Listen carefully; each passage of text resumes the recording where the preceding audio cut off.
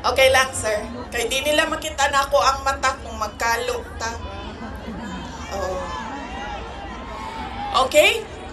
Unsa pa bay? Ano pa ang pwede nating gawin?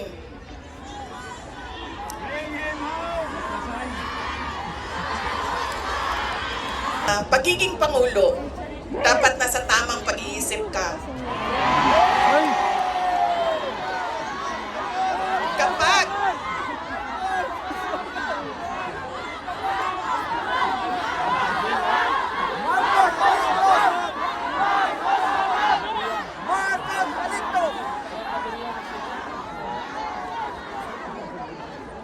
dahil nasa mga pulisiya mo at desisyon mo ang kinabukasan ng kabataan at ng bansa.